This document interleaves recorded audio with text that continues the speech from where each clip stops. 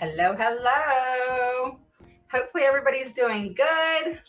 I am excited to be on with you today. We're going to finish up the issues when it comes to IEPs, okay? So there's multiple different ways. I call it the 9 ways IEPs fall apart.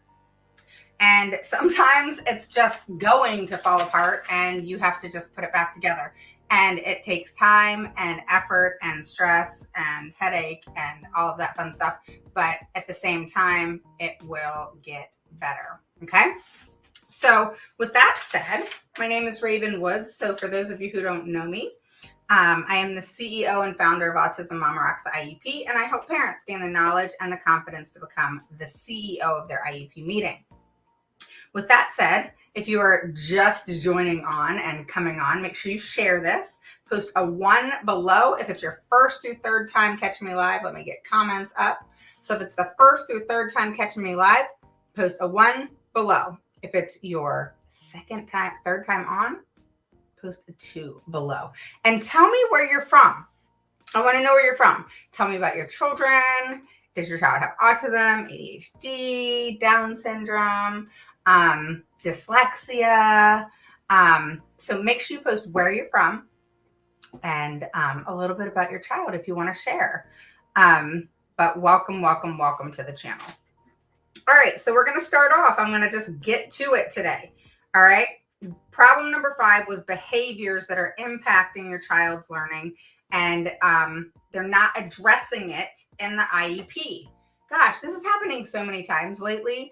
And, it's frustrating because, a parent will call me and they'll say, I keep having recently, this is the weird part is, schools are having parents pick up their children and take them home. And thanks, Aaron. And I'm like, what? You're picking up your child from school because they're crying or because they're frustrated or because they threw a piece of paper or what? No. I mean, I know as parents, especially when they're younger, if they're crying, we're like, oh, we want to go get them and, run to school. But no, and no. Okay. You just can't do that, all right? Because number 1, it's the schools failing your child and failing to provide FAPE, all right? Unless your child is suspended, their butts stay in school. End of discussion, okay? So you get a phone call, ring, ring, and I say, don't pick up the phone. Let them leave a message, okay? If it's an emergency, you're going to get the message. You're not going to pick it up, okay? You're going to get the message. Okay, because then what? It's not in writing, but it's on recording. Okay, they're going to say, hi, Miss, Jimenez, you need to come pick up your child because they're crying. Okay, it's on recording. Or to say, this is so-and-so, give me a call. You need to come pick up your child. This isn't daycare. Okay, this is school. And when they have IEPs, those IEPs need to be catered around that child. So if there are behavior issues, welcome. My daughter got her medical diagnosis in January. This month, she was denied an IEP. They disagree with her diagnosis. Okay, that's definitely a conversation we can have. So when that happens, again, don't go pick up your children, guys, unless it's an emergency, unless they're sick, unless they're being suspended. If it's becoming one of these things where it's a revolving door and they're saying, come pick up your child's this, your child's that. The answer is no. Are you suspending my child? Is my child suspended? If they say no, your child's not suspended, then you say, then I'm not coming to pick up my child. Please call me if my child's suspended. And if they're going to be suspended, you better make sure that they're suspended for a reason that has nothing to do with their disability, or I will sue you. Okay? I mean, just stop playing games with them. Put your feet down. Okay? I don't care if you're the shyest person in the world. You put your foot down and you say, don't you dare call me back unless it's an emergency or my child is sick to pick up my child. Because I'm not picking up my child unless my child is suspended. And if my child's suspended, you better pray to God that it has nothing to do with the impact of disability. You better pray, because if I find out it is, it's on you. That is going to be a you problem, a big one. Okay? So coming back to, hi Donna, how are you? Hi Stephanie, hi Kim. All right, do you really think the school is asking the child to go home due to throwing paper or crying? This is crazy and hard to believe. We never send a student. They absolutely do. I have a parent that I am working with right now. They called her child. I have the recording. And they called and said, you need to come pick up your child. He's been crying for 30 minutes. That is exactly what happened, Kim. 100%. And I have the recording. Then it was the next day. And the next day, 4 times that week. 4. They sure did. And guess what? Since I sent my first email, they haven't called once. 0. So that, yes, because mom was doing it, because she didn't know that, okay, if the school calls, okay, I got to go get my kid, right? She didn't know that they were just getting rid of him because they didn't want to deal with it. So as a teacher, it is hard to believe. Okay. I'm a previous teacher. I get it. And then there's probably good teachers like yourself. And then there is things that are just not working and messing up the system. And, you know, it's one of those things where it's becoming very frustrating. And a lot of the time, you know, actually several of the times, the teacher wasn't there. It was a para and like a BCBA. And, you know, I think the teacher had some things going on or something, so she wasn't there. But this has been a revolving thing. So yes, it happens. It's the most ridiculous. The throwing the paper was just me saying a reason, but the crying 100% has happened. I mean, there's so many different reasons. A little boy pushed his chair back and it fell back. Parent got called to come pick him up. A child, you know, escaped. Parent got called. I mean, it's just becoming this thing where they're just not wanting to deal with kids. You know, and then staff is shorter. And so it's, okay, let's get rid of them. And then we're one down and, you know, we're good to go. And so, yes, that's happening a lot, unfortunately. Yeah. Thanks, Kim. So yeah. But I 100% agree with you that it's hard to believe, but there's so many things that's happened in the last 2 years that, I always say I'm surprised every day and it's still happening. I have a child that was literally sent home, or not home, I'm sorry. A child that was literally, sent home, not sent home physically, but sent home. He had an accident and everything went home. Okay, nothing was put in the toilet. Let's just put it like that. The whole thing was sent home. It's insane, the things that are happening. And it's frustrating. So anyway, let's go back to the problems. Behaviors that are impacting my child's learning. All right. So these are things that have to be addressed. Behavior can be just the only reason, just like speech can be the only reason, or OT could be the only reason a child has an IEP.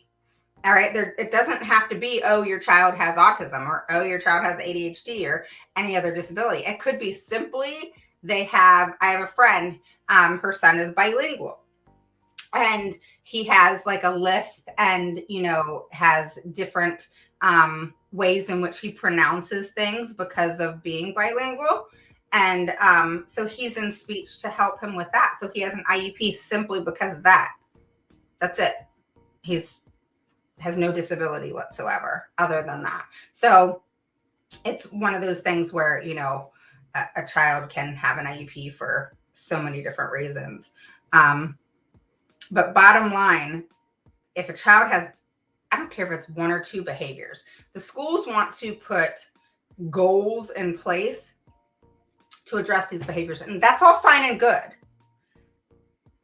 But having background in reading and behavior, I'm very picky about behavior. And when it comes to that, what's up? When it comes to that, what's frustrating is they never suggest to FBA typically. They will sit and say, oh, we're going to put goals in place. We're going to put a behavior plan in place, but not a BAP, a behavior plan that I guess is goals. Texas does this thing, kills me. Instead of a FBA, they do a FBR. So it's a functional behavior report, not a functional behavior analysis, So it's the stupidest thing ever. And it makes no sense. Just do the damn FBA. It takes the same amount of time. And you want to find out the behaviors. The antecedent is so important. What is happening? What's going on? What's happening around that child? What's happening in that room? You got to find out what's causing that behavior. ADHD, we were just talking a couple weeks ago in reference to that DESR and that emotional regulation. And, the connection between emotion and the regulating of motion and sensory issues and ADHD and how that can enhance behaviors. And so it's really important to make sure that the student is addressed, the behaviors are addressed, that they have a plan in place, that when that child's behaviors rise, there's something that anybody who is with that child at that moment knows what to do next. They need to be familiar. Everybody who works with a child needs to be familiar with what is going on. The same thing with assistive technology. That is a big one. If a child has a AC device or any type of device or anything in place in regards to their learning and, their ability to speak or whatever the case is, that has to be something that is trained by someone who is proficient in that area with everyone, teachers, paras, principal, assistant principal, service providers, everybody. And for some reason, with assistive technology and AC devices, it always goes on to the speech therapist, and they're not always trained with that specific device or that system. All right. You have Prolo Quote Go, which is great. You have Touch Chat, which I like better. It's easier to use. But Prolo Quote Go is just as good. It's just a little bit more difficult to use. And not everybody is trained in each different way that child is going to learn, number one. And number two, they're not trained always in that system. And so that's important. I can't tell you how many parents complain about the fact that they're not even trained on how to use the device. And that's mandatory as well. So these are things that have to be addressed. They're things that you need to think about. You need to make sure an FBA is done immediately if there is a behavior issue. And you need to make sure that a BAP is put in place. Don't let them tell you no to an FBA. All right. Definitely. And don't let them tell you no to a BAP if your child has behaviors and has exhibited behaviors. Start collecting those daily reports. Okay. Request daily reports. Okay. Not a book. All right. A paragraph. All right. That's telling you how your child was each day. I have a communication sheet. All right. That had been laid out for Skylar. And I literally have each area that she worked with each day, and it's editable. I give it to my clients, and you get it in my course. and you can edit it to whatever it is that your child has, so that there's that detail. I had speech, write their part. OT, write their part. You never just want one person writing in the daily communication sheet. You want to hear from that person. So if it's the teacher, that area. If it's speech, that area. If it's OT, that area. You don't want one person writing for everybody, because how does that one person know what everybody has to say? They don't. Okay? Hey, Sandra. I keep getting called to pick up my child at his old school. All right, Cap. Because I couldn't handle his behaviors and escalated him daily. That's right. Kim said I had the same problem. They called me and said my child was sick with these symptoms. I picked him up and he didn't have anything that they told me he had. Told the principal when she called to discuss what I said before he was sick. Yep. They are doing this to our children. Yep. That's exactly right. And it's unfortunate. Stephanie says, I struggle with this and will only get him if we suspend it. Good. They can only suspend him so much before they have to admit they're not equipped to handle them. That puts them on the hook for an out of district placement. That's right. That is right. Okay. So the next one. All right. My child, my teenager, has an IEP, but the teacher tells me he refuses to use his accommodations. This is a big one. Well, they're all big ones, really, but this is important. So the reason it's important is because if a child is not provided their accommodations, it is an OCR violation. It is a violation of their civil rights. All right. Teenagers and kids do not get to make that choice. If it's in their IEP, it is mandatory. So if you have a teenager who can speak up for themselves, or, the different things that can occur when they get older, you want them, obviously, I'm going to speak for myself. You want them obviously to have a voice. You want them to be able to make some choices and decisions for themselves, right? But at the same time, you're still the parent. I'm still the parent, okay? And so I have to make that educated decision on, is this a time that I'm going to allow my child to have that voice? Or is this a time I need to step in and be the parent? Because without this, my child cannot do this, okay? So you have to make that happy decision for yourself and your child, but you need to make sure that if that decision has to do with that accommodation, meaning removing it, you need to address that in IEP and you need to remove it from the IEP. Okay? Because that's actually then not fair to the school, because your child's like, forget it, I'm not doing it, etc. Versus you tell them and the school tell you they don't got a choice. Here you go.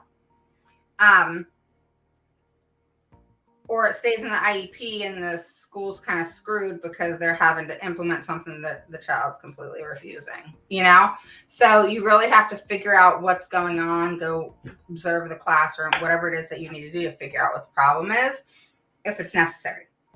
If it's not necessary, then remove it from that IEP, because it is and will be an OCR violation against the school. All right. And I'm all for complaints. I'm all for OCR complaints. But make them legit, don't just pull them out of thin air. All right. The next one. So after evaluating your child saying that they don't need a plan because their grades are great. All right. What do you do? So students are entitled to a free, appropriate public education. All right. So if their disability is affecting them, I don't care about their grades. All right. Because I can't tell you how many times parents are getting grades 100, 100, 100, 100, 100. And I'm like, while we all want our children to be these geniuses, it's not likely that children are making hundreds across the board 24/7. All right. The smartest person in the world, I don't think, did that. And, it's one of those things where, what's believable and what's not, and it's like evaluations when they say average, average, average, average, average, average. And I'm like, whoa, whoa, whoa, whoa, whoa. This is an average just because the child's between 90 and 118 or 113 or whatever it is for certain evaluations. That doesn't mean they're average. Go call Pearson, they'll tell you. Because look, they're at 14% in percentile. So that means they average 14% out of all children their age or in their grade. They're 14% out of 100. I don't on their grade level. That's not average. No, that's not. So you need to really pay attention to when because they go through it fast, trust me, nuts when they go through it fast, because you're just like, okay, slow down, read it word for word. Okay, I make them read it word for word because then they slow down. All right, so when you're going over evaluations, word for word, because they'll say in the beginning, I'm not going to read it word for word, but I'm going to go over the summary. Nope, word for word. Word for word. Read your evaluation to me. I need to hear it. I have to look at it. I have to hear it. I have to go through it again. Look at this. I'm going to show you right now. All right, look at this. I numbered them. Don't look at my handwriting, okay? I got bad handwriting. All right, here, I'm going to take off this, hold on one second. The background or whatever. Okay. I think it took it up. Okay. Look. You see this? All right. So, and this is after. Okay, here's the back.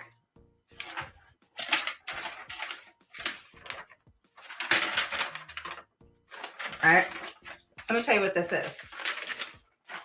This is fourth IEP. We're finally putting together the IEP. Okay. And what do? I always double check myself, right, Kim? I always double check myself. Let me go through the evaluations one more time. Something's not right. So Kim's in New York. New York sucks. All right. But this is a Virginia case. And I am kind of floored. We have, I think it was 5 sentences in the PLAF in certain areas. I'm going to read this to you. These are the things they didn't have. Difficulty understanding directions, cognitive areas, comprehension knowledge, fluid reasoning, deductive reasoning, discrepancies in scores.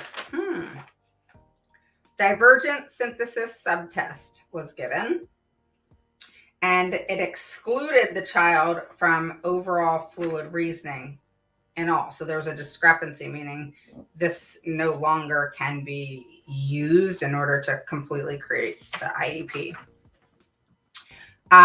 Visual processing, memory span. So that is like remembering words when they're read aloud. Working memory, long-term storage and retrieval, processing speed.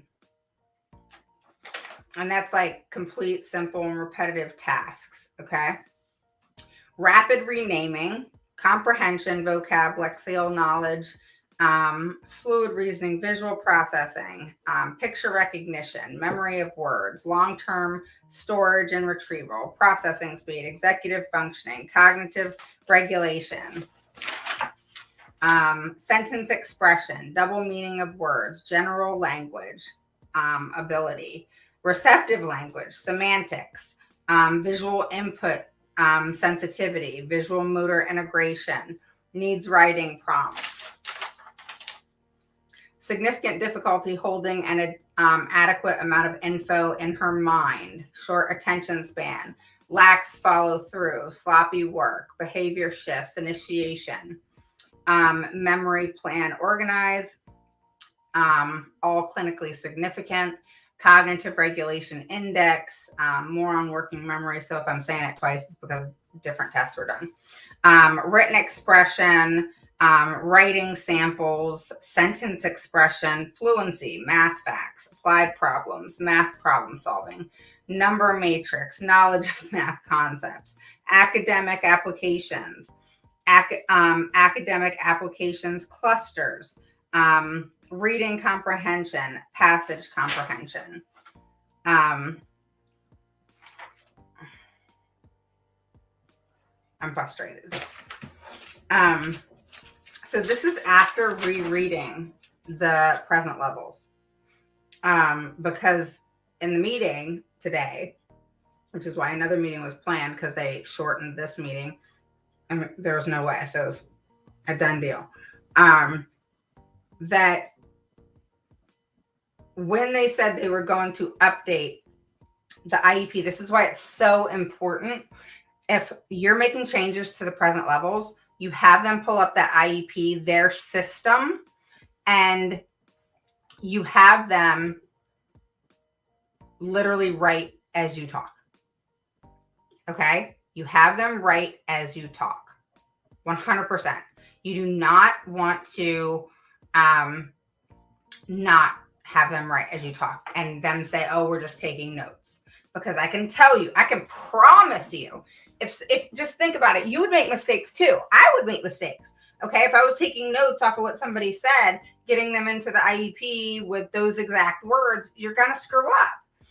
So I had to go back and listen to the recording, and I use Loom. So I was able to look at, the copy and, everything that was said along with the video. So it allows me to put in the search, certain words, and then it'll pop up of where it is on the video. And so I was able to figure out what it was that exactly we went over. That's why recording's so important, because it's not about, oh, let me get you. Sometimes it is, but a lot of times, most of the time, I would say 95% of the time, for me, it's the recall.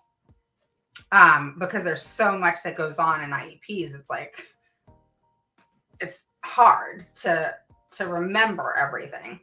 And so it was eye-opening for me today, because I always lay out my IEPs. All right. So I had 4 of them out because schools are starting to do this, and you need to be really aware of this. And you want to share this video for this one reason. All right. Is they're sending for each IEP meeting that we have for the same IEP. Okay. So we had, okay, shut the door. We had an IEP meeting in December, in January, and February. All right. And I think we had one in the beginning of December. And an IEP was sent each time with the same damn date of 12/16. All different. Why? The IEP hadn't been put in place yet. It was all the same IEP. Nothing added at all. Yet they were supposed to add anything changed in that last IEP meeting. In this last one, where I was questioning things today, was when they said they updated everything from taking notes. And this was the director. And she didn't take adequate notes. and it was not honest. And so that told me two things. One, from now on, they're going to pull it up and they're going to write as I talk. Two, if that's absolutely impossible for some reason, which is just unlikely, but let's just say it is, they're going to highlight in the draft IEP every bit of that new information. So it's very visual compared to the last IEP, what they added. And it's highlighted for you. Okay? Because it's very important to make sure that those present level, I mean, if I have to take 8 meetings to get those present levels together, fine. It all comes down to the team. If the school team wants to fight, then we're going to fight. If they want to work together and collaborate, then that's what we're going to do. That's what I want to do. So, but if they want to fight and just prolong the situation, the only person suffering is the child. I mean, not that I want to sit and look at their faces 24/7, but bottom line, the only person suffering is the child. So how I look at it is, if they're truly concerned and care about the student and their educational success, then let's get that damn present level on point so that we can actually create the rest of the IEP. I mean, schools will say, I've had them say, oh, let's start at goals. How do you start at goals if you don't address the present levels? I've asked them that. Well, we're just going to start at goals. The present levels are good. Let's start at the goals. No, we're going to start at the present levels and make sure we have that baseline, the evaluations and everything we need there. And we need to, make sure that we have the present levels exact. I mean, I tell it, copy and paste the crap if it makes it easier for you. All right. The needs in the evaluations. Let's just take a psychoeducational evaluation. They evaluated your child in working memory and visual processing and, auditory processing speed. Okay. Say they're below average. There is a clinical significant, the child needs, more support, et cetera, et cetera. Copy and paste it. I mean, just copy and paste it. That's it. Because you want that need in that IEP. It has to be there so you can have a goal off of it. All right. Now, does it mean that every area of need, a goal is created? No. Because sometimes that's almost impossible. But you want to have all of the needs noted in the IEP so that they are there. They're in black and white. You're able to get to them and make goals off of them at a later time. If there's more prevalent goals that need to go into place, you just need to have those things in the IEP. All right. And for some reason, one of the reasons is a lot of special education teachers do not know how to write IEPs or present levels. They just don't. It doesn't make them bad teachers. It doesn't make them bad people, but they don't know how to do it. And they need to just admit that they don't know how to do it. And the school districts need to train. They don't even know how to do it. But there needs to be training on how to write present levels the right way. And then how to write goals in the right way. Okay. And to collaborate with the team. I love that one. You can collaborate and you come together and you tweak a goal and you look at a goal and we're like, let's change that up a little bit. Okay. Let's remove that word. Or, those are the cool things that I love, because there's information coming from both sides versus just from me or from them. I don't want to hear myself talk. I want to hear what they have to say. I want them to tell me what they see every day. I want them to tell me, what their child's strengths are, what their weaknesses are. We don't want to just, there's this belief system in everything that's done today, but in the IEP world. Tell me what you think about this. Post it below. I'm curious. because everybody has a different thought process on it. And I want to hear the thought process with it. I really do. I want to hear what you have to say. So post it below. I dare you. Just do it. Okay. I want to hear what you have to say. I think it'll bring up really good conversation. All right. So, and I'll tell you what my position is. Okay. So this is to be healthy conversation, not, negative. So if somebody has a different opinion than you, respect that and just talk about it. So are we supposed to look at and focus on strengths? Just strengths. Let's focus on the strengths. Let's focus on the child's strengths and run with it. Or are we supposed to focus on the child's weaknesses and needs and create appropriate goals? Now, here's where I stand with it, and post below. Okay. One, in life, we should always focus on all of our strengths. All right. And work on the things that we're not so great at. Right. We all got something to work on. None of us are perfect. Right. So that's a life thing. Equal focus. Okay. And so in life, we want to focus on the positive and work on the things that we do that are not so great, because none of us are perfect, right?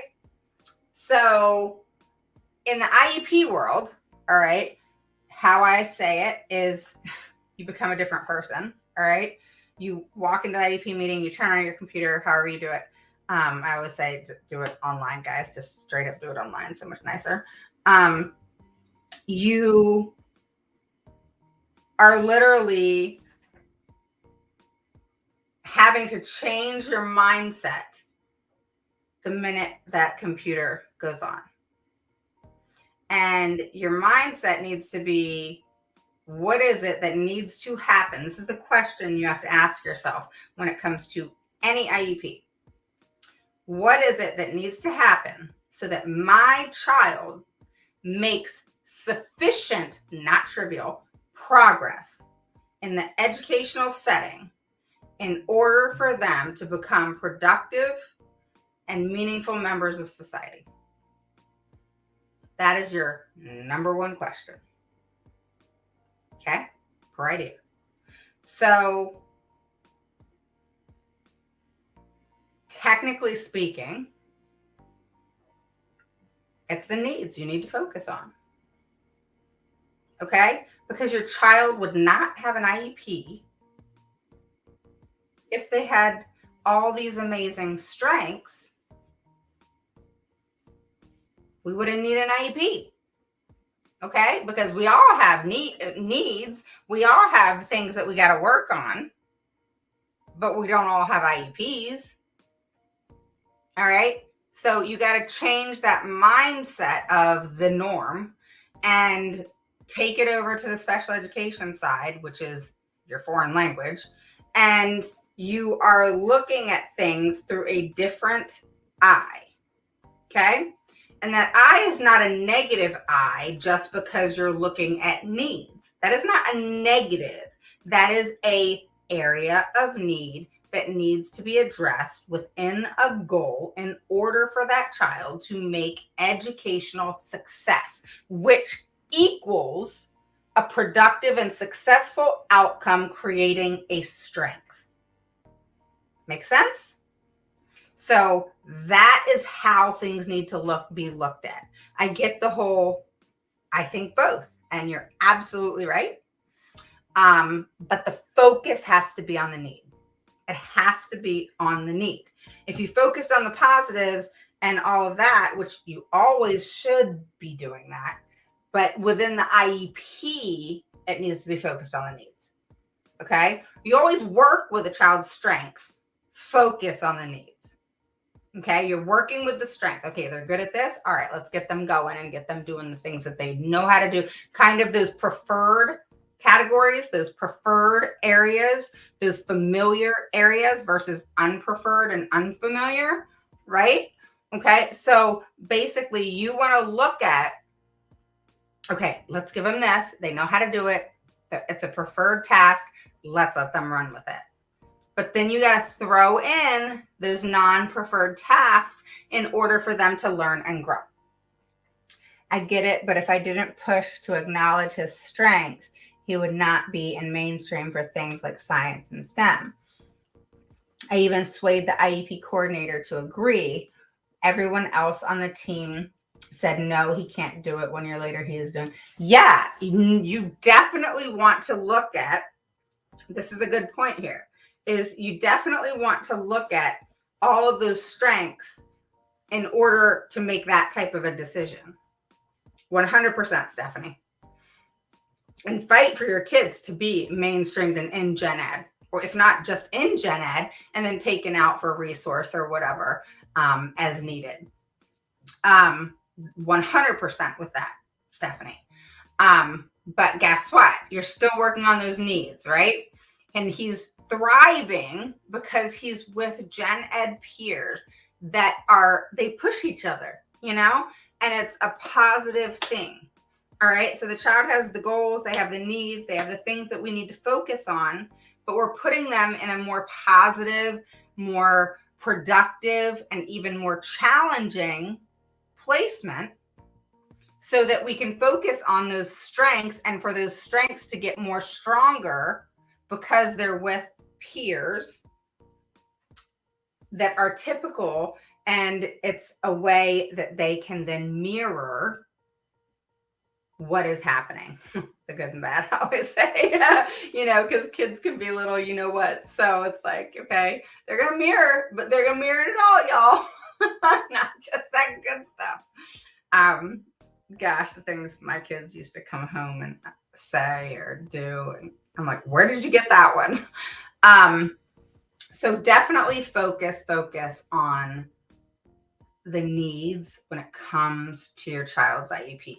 All right. But like Stephanie said, she pushed to get her child mainstream. That's 100%. 100%. All right. And you want to focus on the strengths in order to get that to happen. She's 100% right. But it's that fine line of, yes, still work on his needs in the special ed environment. However, the switch to mainstream science has gotten the team thinking he can be moved to gen ed with special ed. Yes. And I actually really like the gen ed with special ed support, like a, resource for math and reading versus solely in a special ed classroom. Unless a child, has severe needs or severe behavior issues, not just your basic behavior issues. That is not what I'm talking about. I mean severe behavior issues to where they're a threat to themselves or others. I think that all children should be in gen ed and then be taken out for certain areas of need. For example, speech, OT, PT, resource room for any type of area in which they have difficulty. I think the more they're in the least restrictive environment, the better. But you still want to pull them for those core areas of reading first, math second, and,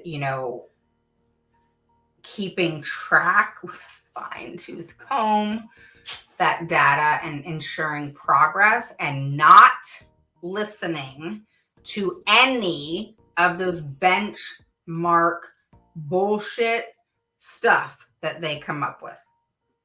Let me give you an example. All right, you got Ames Web. You got the Fontes and Pinnell program thing that they do. You got Lexia. You got the STAR evaluation. STAR's not bad. You got iReady. You have, there's so many. Okay. And so you start advocating for your child. And this is what happens every time. Oh my God. I could bet $1 million every time it happens. I need to see my child's data. I need to know what's going on. My child's not making progress. You take your child, yourself to a speech language pathologist, or to, I send my parents to Linda Moot Bell for the evaluation because I get them a discount, and, all of these things. All right. And then all of a sudden, They're doing all these evaluations, the benchmarks. And guess what? When you get them, they're all hundreds.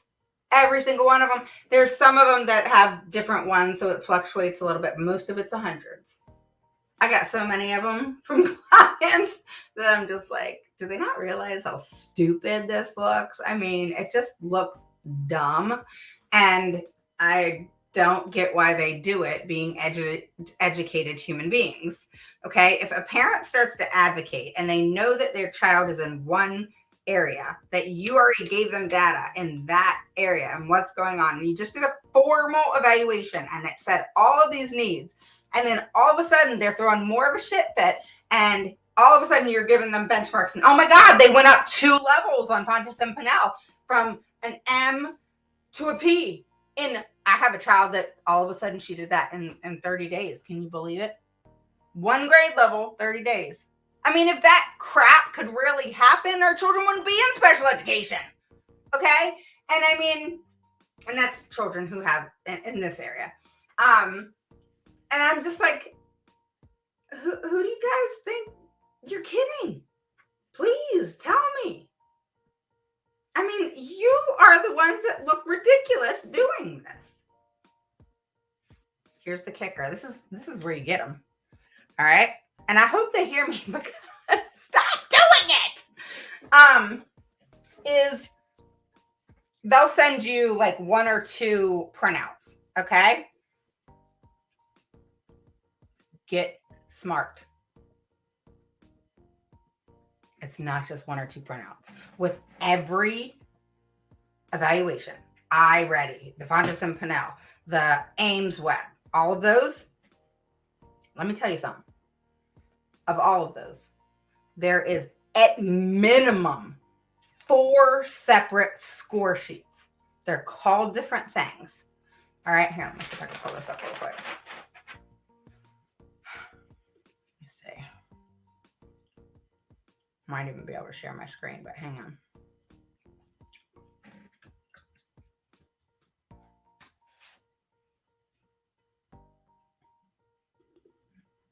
All right.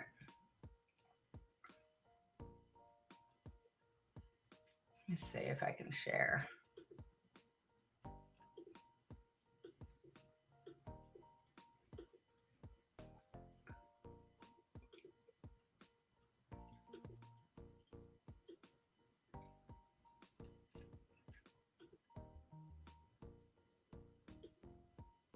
Hang on. All right. Now let me figure out how to do this sharing thing. All right. I got this. Give me a second. Share. Share screen. Okay, well, that's sharing me.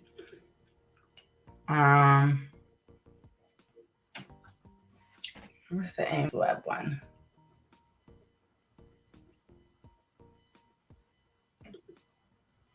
Here it is. All right. All right. So tell me, guys, can you see this? This Ames Web? Tell me if you can see it. Make a comment. Can you see this, y'all? You can see it? Yes? No?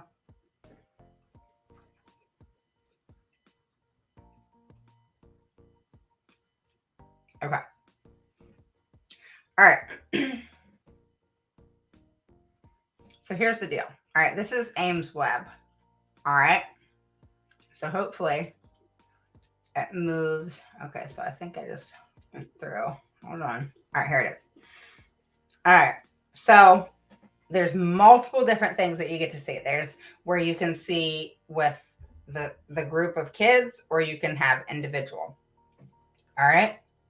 So you want to see, this is an important one. I love this one. Okay. You're able to see how they did in the fall, winter, and spring. You want to see what they are doing. Then you want to see the layout here. Score, national percentile, performance level. Remember, national percentile is out of 100. All right. And so these are the things you want to see. All right. Don't let them give you just one page with, just a comment or 100 or 58 and 68 and these lines is what I seem to get. All right, I'm gonna make this smaller. So these are the type of, and you can ask for every single one of these, every single one. Don't let, this is what I hear. Okay, well we don't typically do. This is what I heard recently, and this was with an attorney in the meeting. We don't normally do that. We don't normally pull that up. I said, well, when Ames Web sells you the product, they show you how to do each score form. So if y'all didn't pay attention, that's not my fault. Or the one person who learned how to do it that didn't train everybody else within the school system, that's not my problem either. Figure out how to print it all out and get it to me. That's what the data is. So I don't really care how you get it, but you need to get it to me. I like this one too. And make sure they send it to you color coded. All right. I'm just showing this to you because it's in every one. So I don't care if you have iReady, if you have the Fontes and Pinnell one, I don't care what benchmark. They all have forms just like this. So you can see the data in all different areas. All right. And like I showed you before, you want to see that one that says, okay, this is how they did in the fall, in the winter, and the spring. You want to see if they went up or down. All right. Because benchmarks in all reality are a way in which to measure progress, but they are not a formal evaluation. And the other thing you need to keep in mind is schools stick your child on it and then make it do it again, make them do it again, make it do it again. And then all of a sudden their score's higher. Okay. When technically speaking, if you called iReady, if you called Ames Web, if you called any of them, typically it's between 60 and 90 days that the school's supposed to wait before they give another assessment and a benchmark. But I have very verbal children that I work with as well. And guess what? They said exactly. Well, she made me take it again. How many times did you take it? 3 times. Really? Why'd you have to take it 3 times? The teacher made me take it 3 times. What do you think that child's doing? Memorizing the answer. All right, so these are your different forms. Student profile. So I love this stuff. So when they try to give you, and remember, most assessments and benchmarks are owned by Pearson. All right. So just remember that you can't believe everything you're hearing. All right. Because if things were that awesome, then we'd be in a different place. All right. Yes, that happened to my 13-year-old. Yep. Yeah, it happens all the time. I've asked to see 2 scores recently because they did recently, and my daughter did so bad they are giving her extra math help now.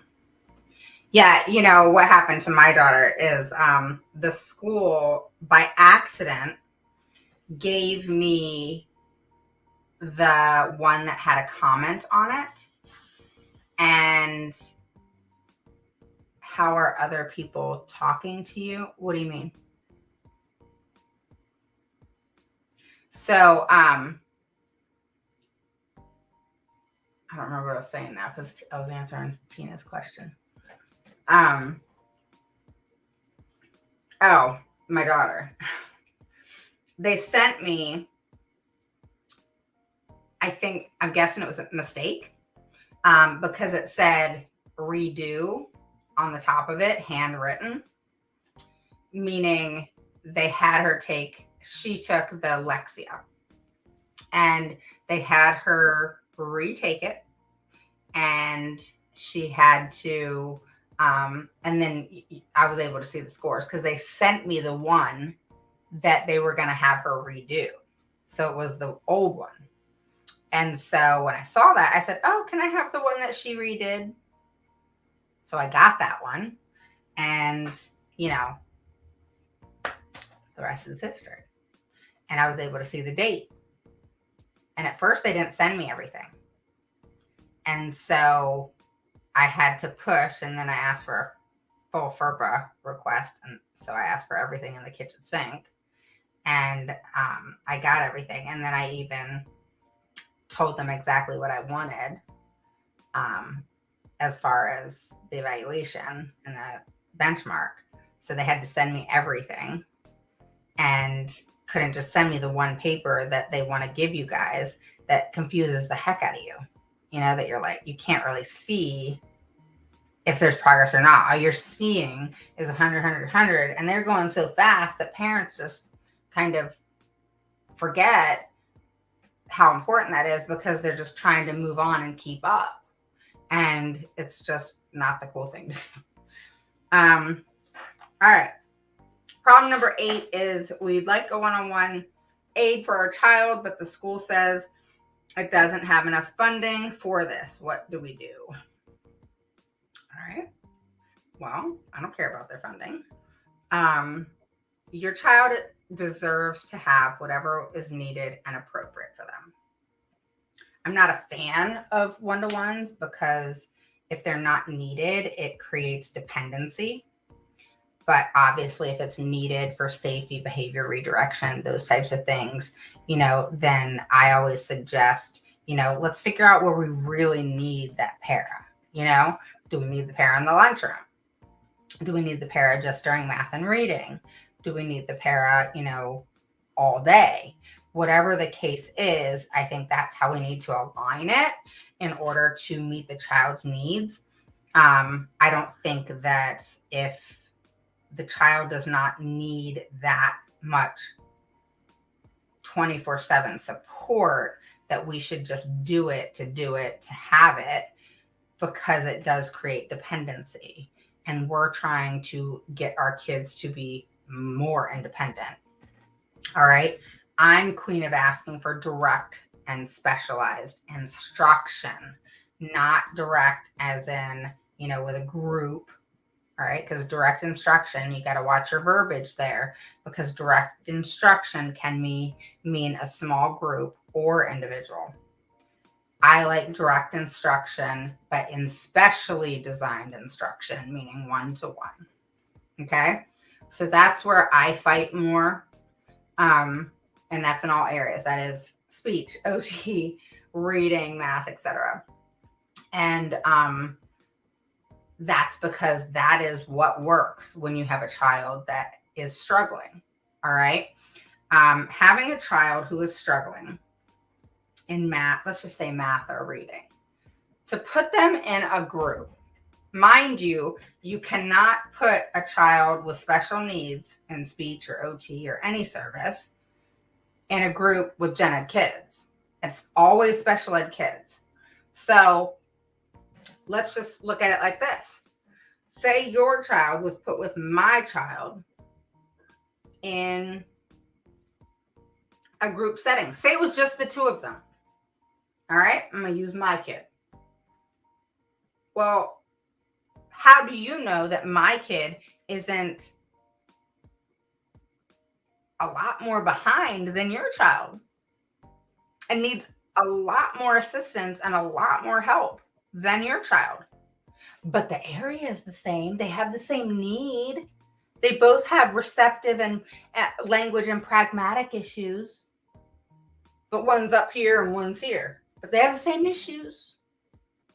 And that's what teams, they'll say, oh, well, we put them with like individuals. We put them with children that have the same need.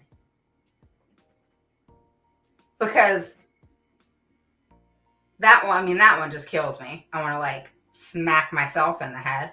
But the one that kills me the most is when they'll say, oh, we put them with children that have the same need and are close to where they are. So the kids are pretty much the same, huh? Close to where they are. So this child's goals is the same as this child's goals because they're both in receptive language.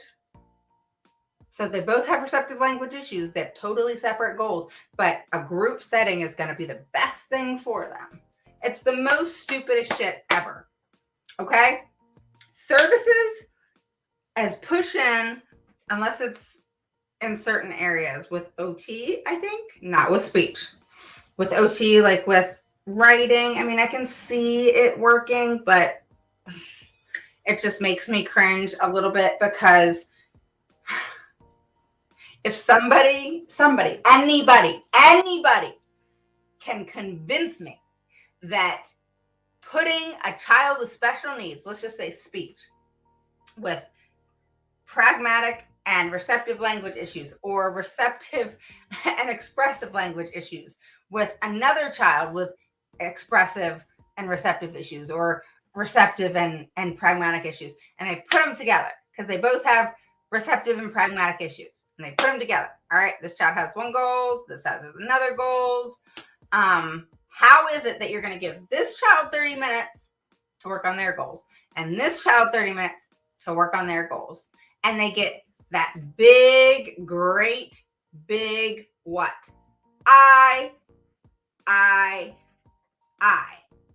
Individualized education plan. Individual. So help me out here. Help me out. And I am being a little bit of a smartass. Call me out. Explain to me how that makes sense. How is your child or my child going to benefit in the same 30 damn minutes working on your child's goals and working on my child's goals? That means my child is not getting 30 minutes and your child sure as hell ain't getting 30 minutes either. And your child ain't working on their goals for 30 minutes because they can't do it by themselves while the speech therapist is working with my child. And your child and my child's not getting 30 minutes while the speech therapist is working with their whatever. You know what I'm saying? I forgot what I was talking about. You know what I'm saying? Make sense? Make sentence. You mean make sense? Yeah, it does make sense.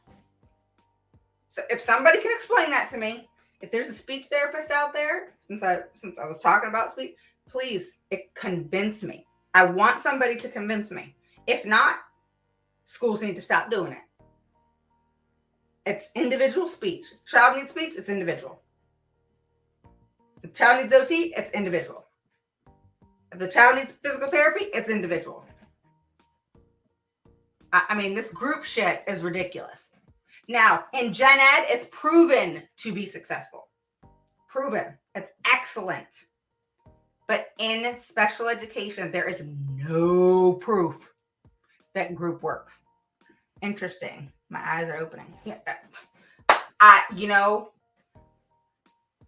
I've yet to have a speech therapist or occupational therapist convince me. Nope. I mean, I call them out. No, this is what I recommend. I said, do you recommend it because that's what you recommend? Meaning your license is on the line here? Or is it what the district told you to recommend? Just saying. And I remind them, I say, you realize this is your license. The district didn't give you your license. This is your license. You know, that oath you took to uphold that license. Which means your job ain't to listen to the district. Tell them to go screw themselves and find somewhere else to work because you'll find a job in like 10 seconds. Don't let them threaten you. You and I both know this is happening. Now, if some miraculous thing happens and all of a sudden group works for special education, I will be all for it. But until then, no, I will not accept it. And I don't. I take it all the way home if I have to, because it doesn't work. The children do not make progress. Okay? If your child has here's the funny. This is a killer. All right, here's a funny one. All right, so if anyone out there has heard this one, I mean, this one kills me every time. All right, the child has expressive needs. Well, being in a group, this is what a speech therapist told me. Being in a group, oh my gosh, it's a great thing for them, because then they'll be able to express themselves more because they're in a group. Really? How? Well, they're able to communicate with each other within the group. I'm working with them because each child in the group has, expressive language needs. So I'm working with them, so that they can get better and work on those needs. I said, okay, that's great. So when are you working on their individual goals? That's in their IEP. Since you're working on their expressive language within each other, when common sense, let's get real, people. If you have a need, all right, a child especially with special needs, all right, having direct instruction makes more sense and is much more productive. I had that before. Had what? The group crap, Gina? Okay, so having one-to-one is much more productive and can last less time. Okay, so this is how I look at it, is if your child has expressive and receptive, okay, cool, receptive language issues, okay, that's a problem. That means what you're saying to them, they're not receiving, and what they're hearing from you, they're not receiving. Okay, it's not going in. All right, and it's not coming out. So we got a problem. So when we have a problem like that, how the hell is a group going to work? They can't bring it out and they can't bring it in. So that means that expert needs to work on them and work with them in order to get them to a point where they can then possibly, learn in a different setting. Okay.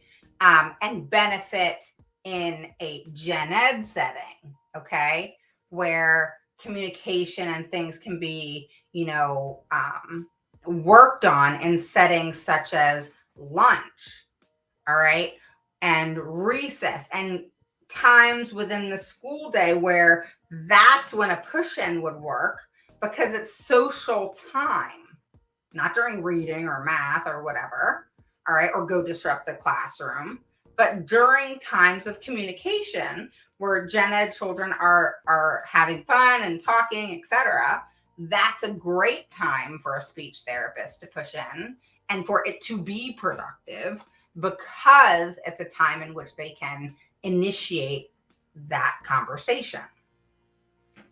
But when it's time to work on, and then that would be working on, say, a goal in learning to communicate with others, and say it's to say, hi, how are you? And introduce themselves, or whatever the goal is. Those are perfect times to work on that.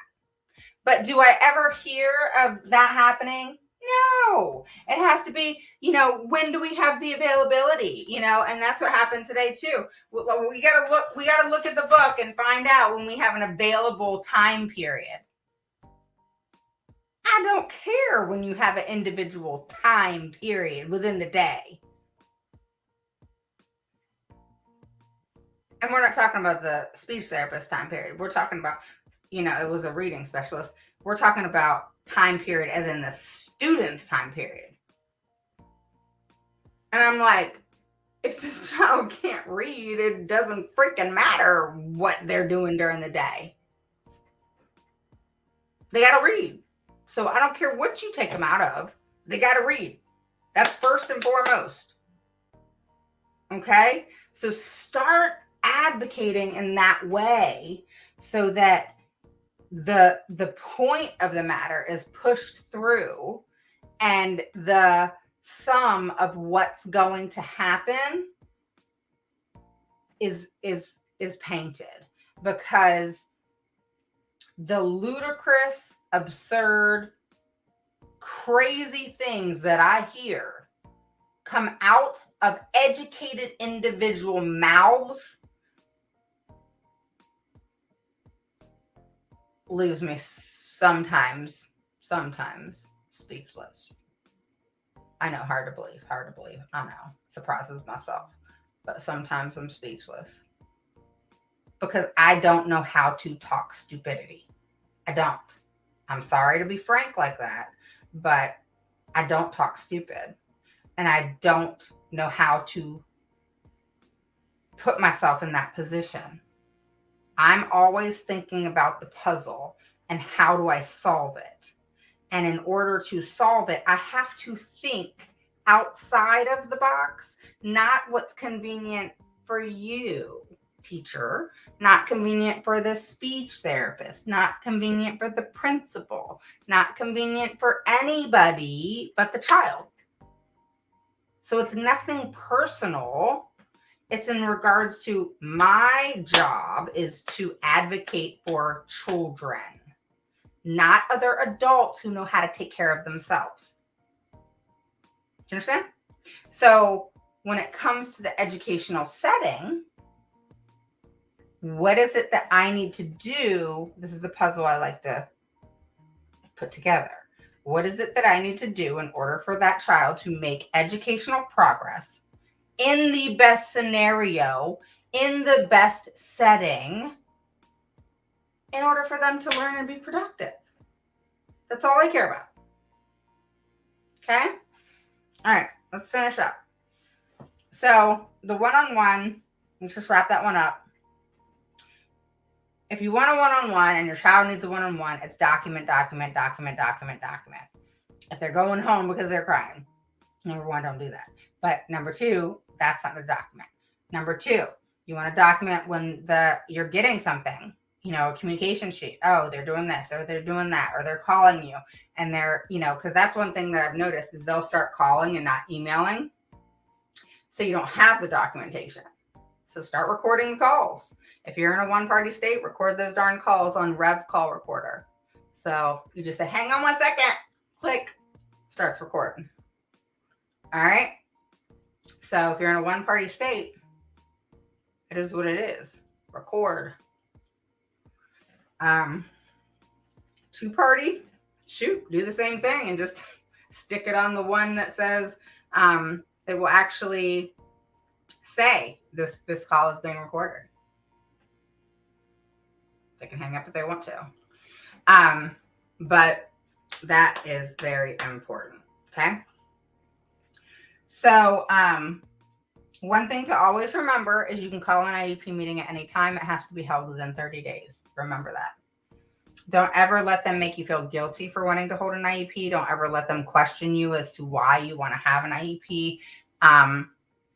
Or say, oh, let's just hop on a phone call, or, things like that. No. You ask for an IEP. You ask for an IEP for a reason. Stick with it. Don't let them convince you otherwise.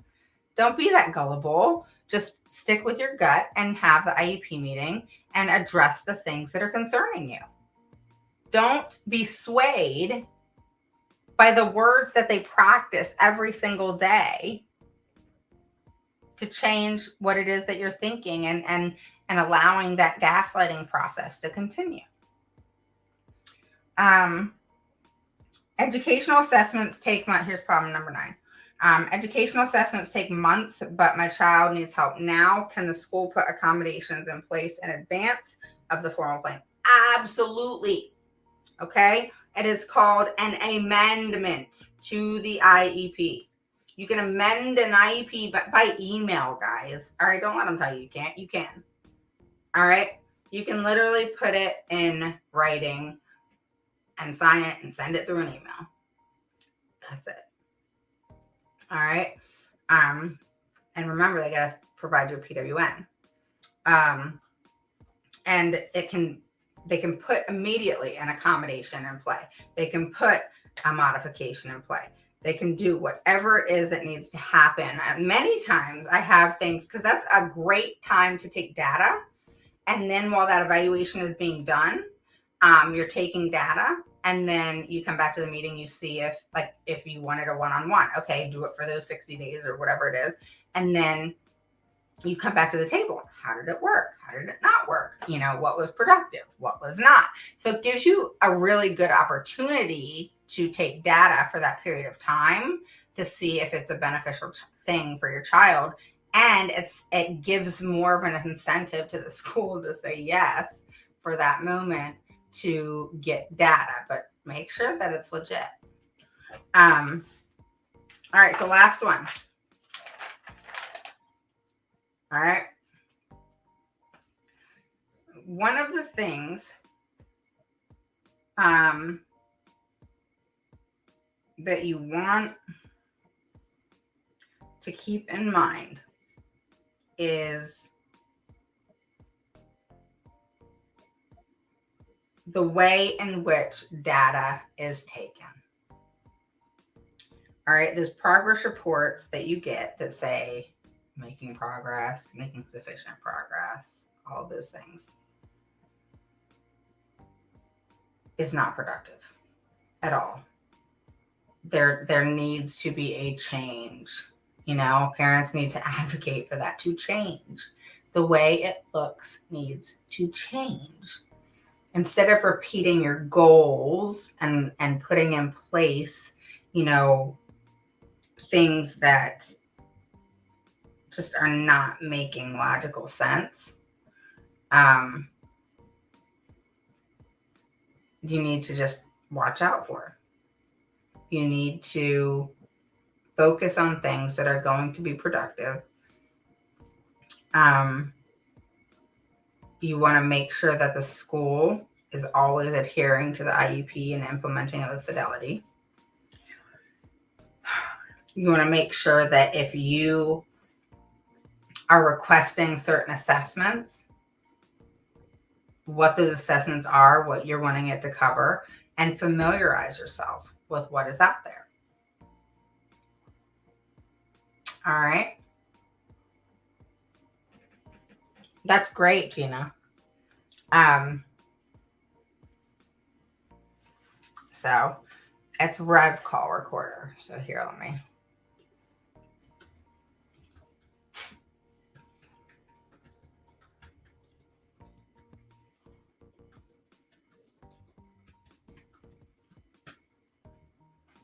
All right.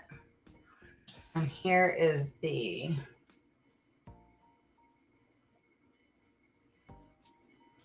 for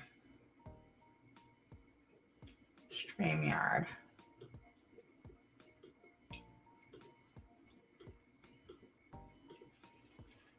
There you go. All right. All right. Who has questions? Tomorrow, I'm probably going to be going live around noonish, maybe 11, to talk about ADHD and more in line with my end of February, beginning March topic. All right. And there's a lot to talk about, because with ADHD,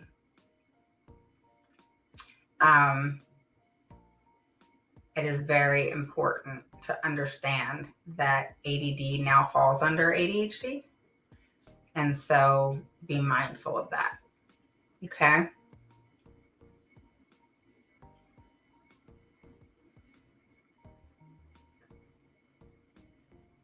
Yeah. But not all kids have, ADHD. Sometimes it's ADD. It's not always ADHD. So if a child is not hyperactive, it could be focused. Look at I'm just noticing this. Oh, straight out. I didn't straighten it today. It could be focus issues, organization, all of those different things. You're so welcome. All right, guys. So we will move on and we will talk about some other areas tomorrow. All right. We're going to really focus on that ADHD areas of need. There's a lot out there. I cannot emphasize enough how many people are under that ADHD, OHI category. Even people like yourself and myself, because ADD falls under there. So anyone with focus and, the functioning of, just the daily, being sidetracked, all these things. And so it's important to understand, that we all kind of fall in that area, we all get unfocused. We all get, it kind of put into an area where we're struggling with keeping organized and keeping, my dog, he's out, and keeping, that structure that is needed for children with ADHD. That's why, organizational binders are very successful. That's why, believe it or not, timers are very successful because they put you on a timer to get so much done, and then they get a break, and then so much done, and then they get a break. All right. All right. Okay, guys. So I will talk to you tomorrow. We will hit on many different areas. And the key here is for our kiddos to grow and to really become productive adults and to just make that sufficient educational progress each and every day. All right. So I will talk to you guys soon. Have a wonderful, wonderful evening. Take care.